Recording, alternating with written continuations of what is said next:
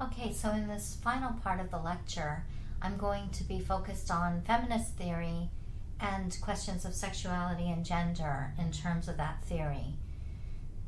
So feminism is about social inequality, understanding social inequality, and also advocating for social equity in opposition to patriarchy and sexism. It also is a theoretical resource that helps to understand other social inequalities as well as inequalities that operate around gender. So it's really important that there's been a backlash against feminism for many decades. There's a lot of misconceptions. Feminism is not about advocating for female supremacy. So some basic feminist ideas are that we should be working towards increasing equality. We should seek to expand human opportunities and in relationship to that, informed kinds of choices. We should eliminate gender inequality and stratification, as well as social coercion and gendered violence, and that there should be women's reproductive health rights and also sexual freedom.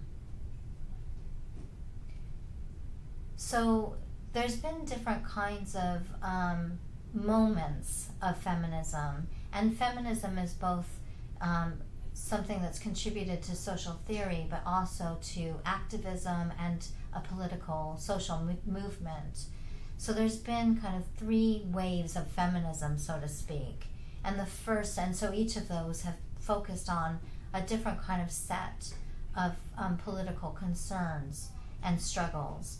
So first wave feminism emerged in the 19th and early 20th centuries and really was focused around the broad civic inequalities that women were confronted with. And in particular,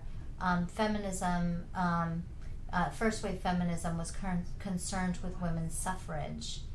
So that was the focus of that period of feminism. Second wave feminism began in the 1960s and also went on through to the sexual revolution and into the maybe 80s. It sought to bring change to issues such as divorce, custodial rights, questions of gendered violence still, including domestic violence, marital rape, and also women's reproductive rights. And then third wave feminism began in the 1990s. And this one is really concerned with moving beyond a kind of static concern with women and trying to understand how gender is intersectional and understanding that as intersectional activism.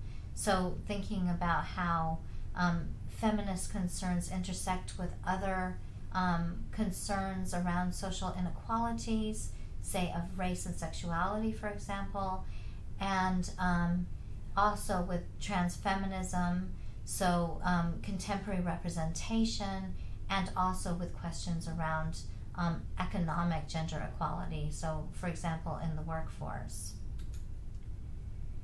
And then we might even talk about a fourth wave feminism, or some people talk about fourth wave feminism, which might have come in kind of as recently as 2012. And this focuses on contemporary issues that are concerned with street harassment, sexual harassment in a range of different contexts. Think of the Me Too movement. Not just thinking about the legal issues around rape, but also trying to bring to light the cultures that sort of support rape kind of entitlements and identity politics. So this is identity politics is really about these different kinds of positions that we're working from or that we're struggling from, and trying to understand how different people are differently positioned. So really understanding that all women are not the same, and that gender is plural rather than singular, and trying to understand the different identity expressions related to those different politics and positions. And of course, as social media has become increasingly part of our world, the use of social media to mobilize different social movements, such as the Me Too movement, for example, or to educate, to organize different debates and different forms of activism. And so there are also different branches of feminism. These are multiple, and here I'm just giving some very basic descriptions of some of the key branches of feminism, but there are multiple different perspectives under feminist theory. So if you're interested in feminist theory, I would suggest that you start reading around different kinds of introductory texts, and then from there you might find that you're interested in looking at, for example, Black feminist theory or post-structuralist theory, feminist post-structuralist theory in more detail. So liberal feminism offers a critique of patriarchy, and it really kind of builds on first wave feminism. And the position of liberal feminists is really to start from the mainstream value system, but argue that women are disadvantaged within that mainstream system. So it's not that they're necessarily interested in transforming that system, but transforming those inequalities within that system. So liberal feminists would seek equal access to education, for example, equal access to representation of women in all spheres of public life. And they may aim for reforms and for a more level playing field, but they are not looking at transforming the structures of society itself or the systems of society itself. Socialist feminism, which builds on some of the socialist theories that you've heard about in earlier lectures, argues that social class position is significant for women's status and function in society. And social feminism would argue that institutions such as the family, in which monogamous marriage benefits patriarchy and capitalism, because it is about private property.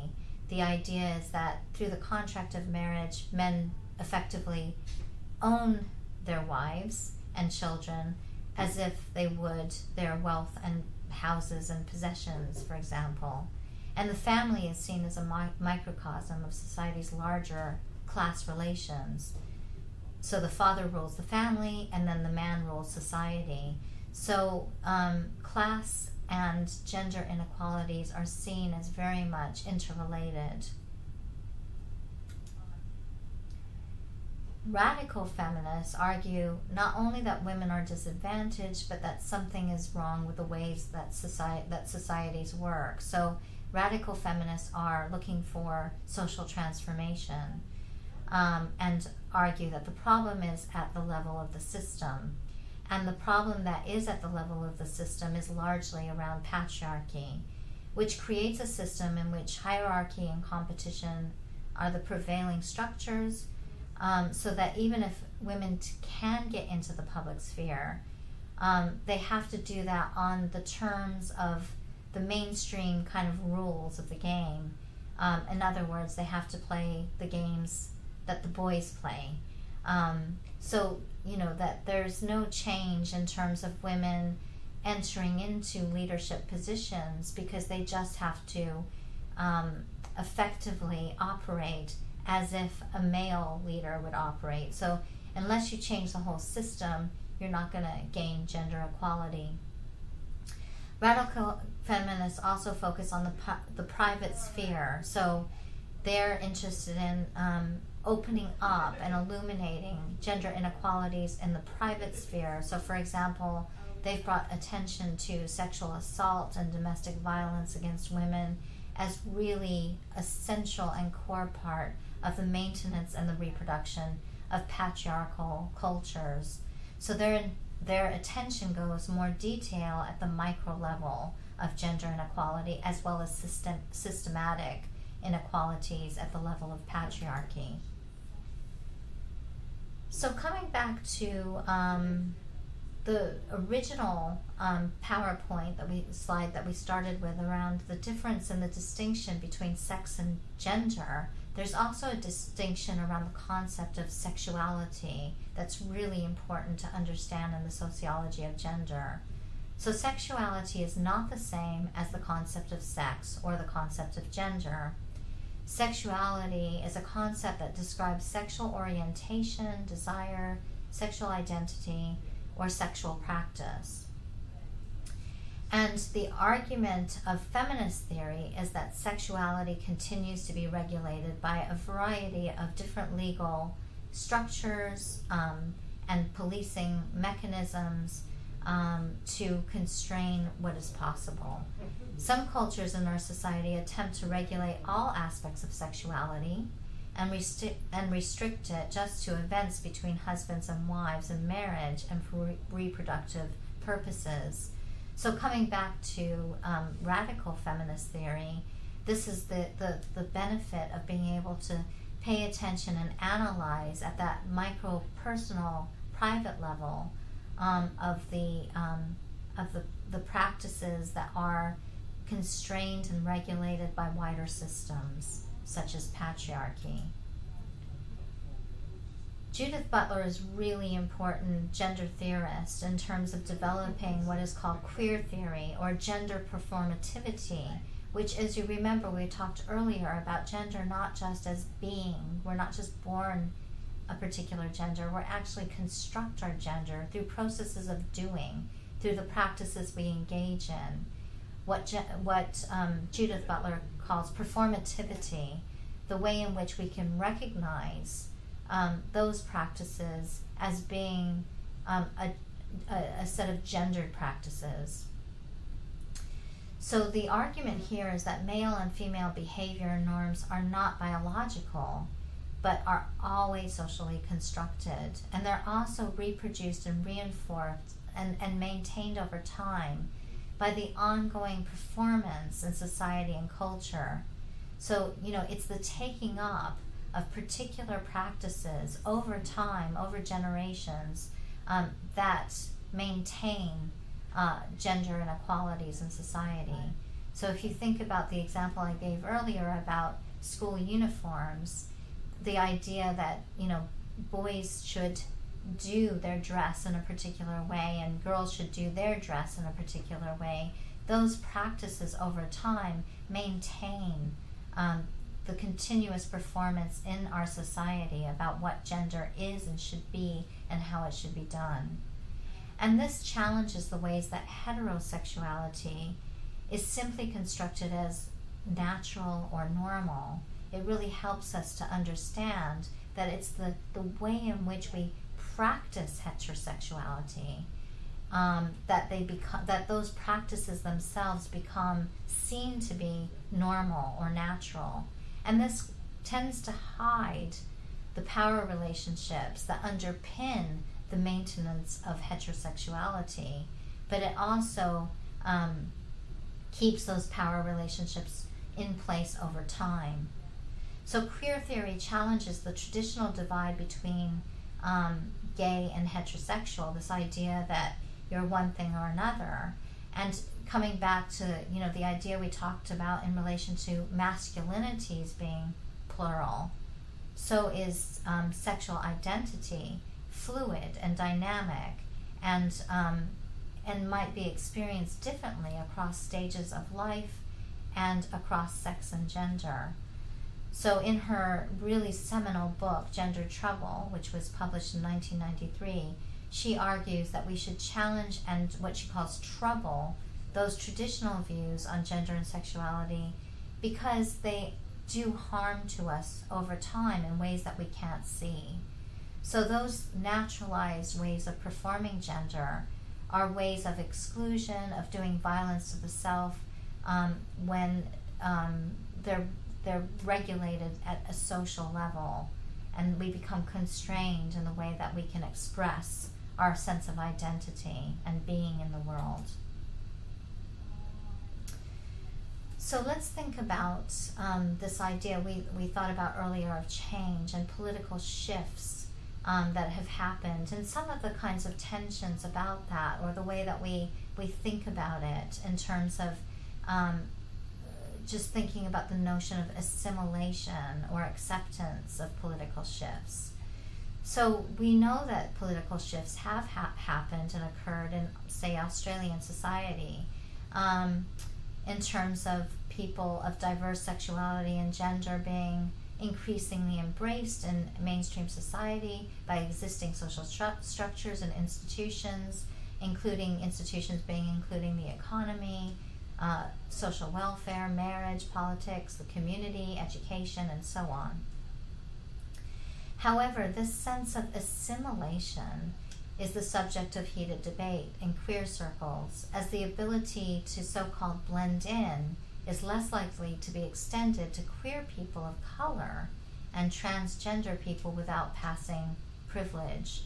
So in other words, this idea of intersectionality comes to play again, where it's not that we just simply take up these very clear, fixed sense of identity positions, but actually across sexuality and gender and other social differences, our positions are different, and our sense of assimilation into the dominant culture is more problematic and should be problematized, because otherwise we overlook that our sense of sexual identity is always shaped by these differences of gender, of race, of class, of age, of religion, and so on.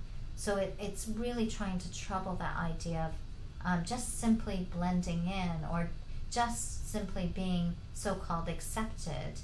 And that is going to be different for people who occupy different positions around sexuality in relation to race, for example, or age, or religion, and so on. And many queer people insist that they aren't just like heterosexual, gender-conforming people. And so for true liberation, it is the sense of what is normal that needs to be broken down.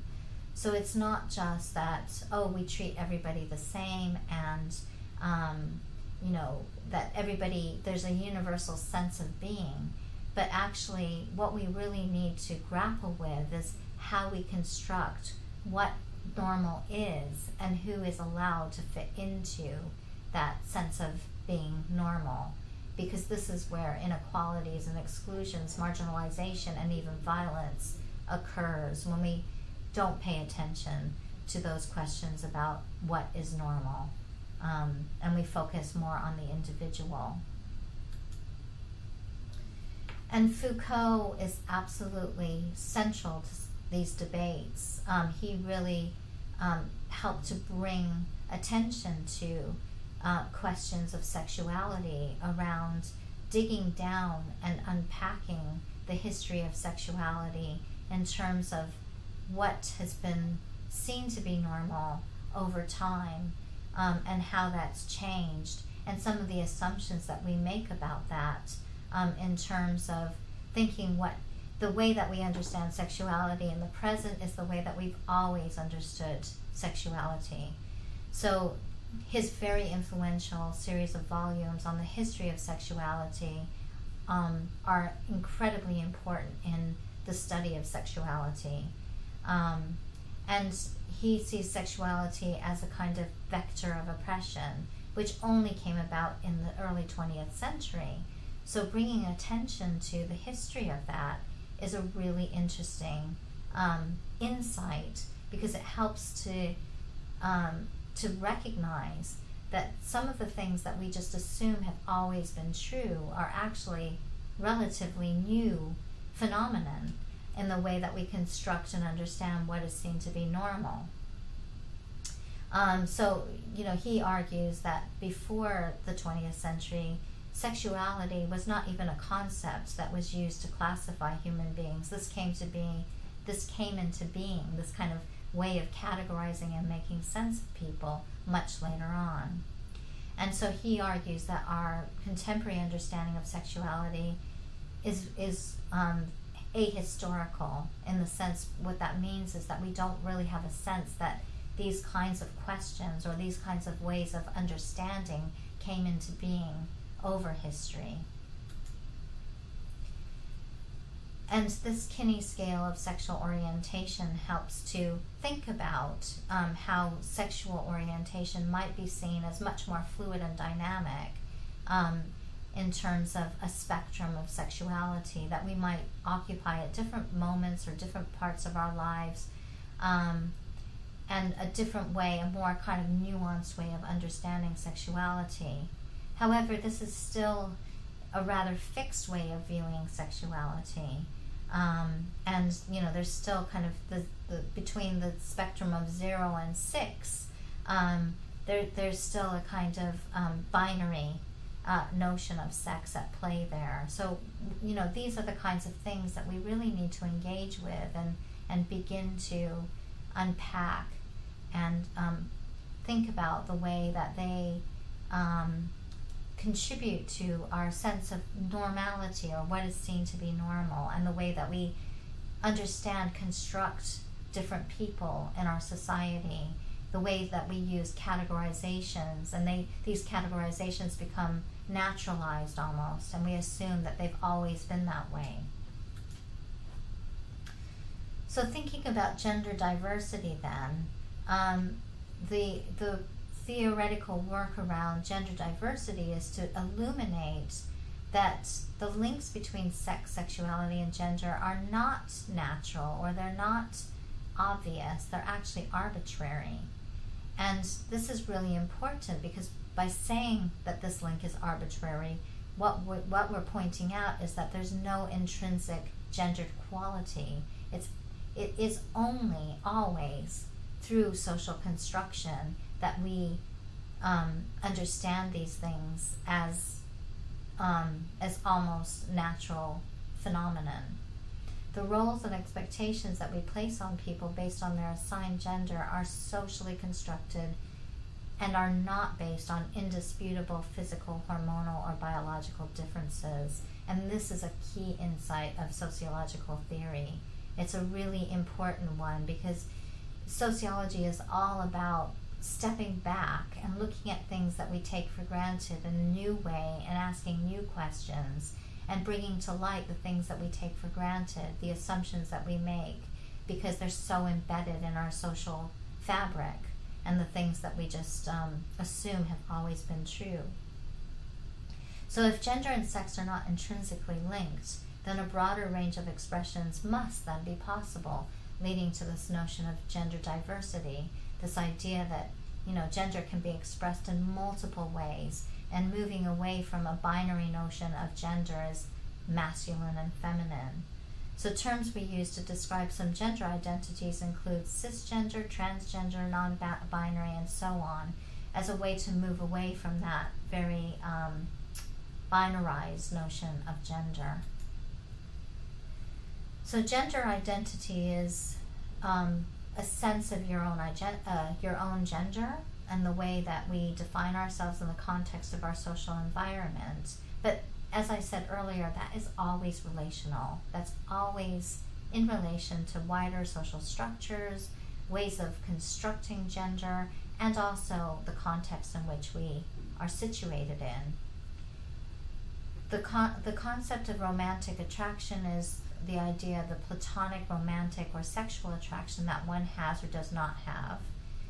Physical sex characteristics are chromosomal and physical variations between bodies, and gender presentation is the way a person chooses to express themselves in a way that reflects their gender.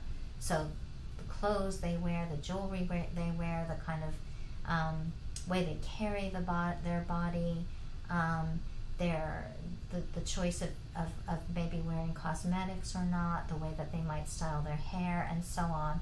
All of those self-expressions that reflect gender and reflect gender constructions as well. So gender identity is constantly shifting, And that's a really important kind of difference in sociological theory to the idea that gender is fixed, that we're just born into our gender.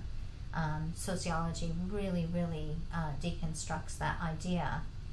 Gender is unstable, and it's subject to reinvention and redevelopment as we age and change. So in other words, not only are we not born with our just kind of a natural sense of our gender, but gender is constructed over time through these processes we've talked about, but also is fluid and dynamic as we change and as we age and as we move across different contexts as well.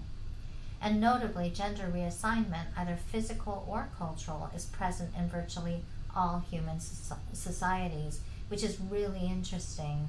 So again, that really troubles some of the dominant assumptions about gender and notions of binary, gender as a binary.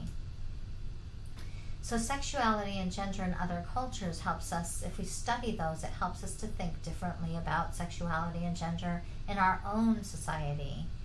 And so some men, socially defined as women or other categories altogether, in many other cultures, the absence of this kind of categorization, as Foucault has pointed out, of the homosexual prior to the 18th century, and no monogamous marriage or double standard or no sexual jealousy in many other cultures. That's one that's very specific to our Western-centric cultures, and institutionalized homosexuality as an aspect of patriarchal masculinity in many societies as well. So just bringing all of these kinds of different cultural expressions of gender or other ways of understanding human experience in other cultures helps to bring to light some of the things that we take for granted in our own society. So finally, let me summarize, because you've gone through this kind of host of different theories and perspectives and ways of understanding gender from a sociological perspective. So let's think about the kind of key points. So socialization creates and reinforces gender, but we do have choice. However, those choices are always constrained by social regulation and mechanisms in which gender becomes reinforced or regulated. The concept of patriarchy and the patriarchal dividend refers to male dominance, and in relation to male dominance, the benefits men receive from the subjugation of women. So that's not to say that all men experience that in the same way, and that there's only one way of being a man or taking up masculinity, but it's that there's a structure in place, and that structure does benefit men as a group, but across that group that will be experienced differently. The concept of hegemonic masculinity helps us to think about the different kinds of masculine ideals that link masculinity with traits associated with power, achievement, authority, success, and so on, and how these are defined in opposition to femininity. So that oppositional aspect is really important. That comes back to the relation between these different kinds of constructions. So if we think about how to take up a hegemonic masculine position is to be seen as very different from a feminine position. And for many people, gender identities just seem natural because they're so ingrained in our social fabric, in our processes of socialization, in our social institutions and our structures.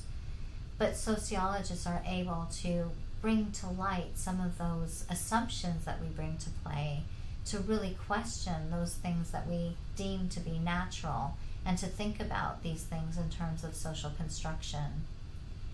And finally, gender is much more complicated than just man and woman. And it is something that we're not just born into, it's not something that we just are, but it's something that we do. It's in the practices we take up.